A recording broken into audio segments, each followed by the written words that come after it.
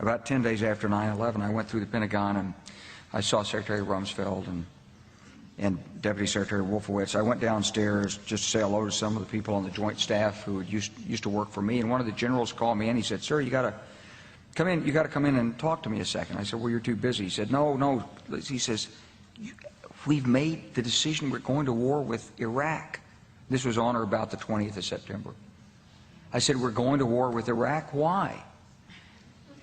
He said, "I don't know." He said, "I guess they don't know what else to do." So I said, "Well, did they find some information connecting Saddam to Al-Qaeda?" He said, No. He says, "There's nothing new that way. They've just made the decision to go to war with Iraq."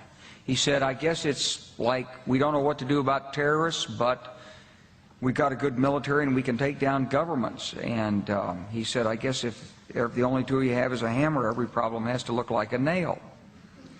So I came back to see him a few weeks later, and by that time we were bombing in Afghanistan. I said, "Are we still going to war with Iraq?" And he said, "Oh, it's worse than that." He said, he reached over on his desk, he picked up a piece of paper, and he said, I just got this down from upstairs," meaning the Secretary of Defense's office today, and he said, "This is a memo that describes how we're going to take out 7 countries in 5 years, starting with Iraq and then Syria, Lebanon, Libya, Somalia, Sudan, and finishing off Iran."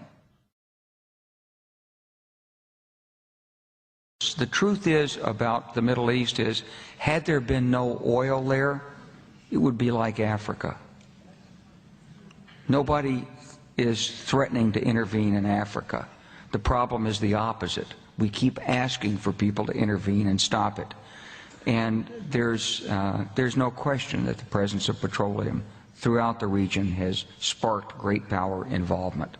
Whether that was the specific motivation for the coup or not, I can't tell you, but there's always been this attitude that somehow we could intervene and use force in the region.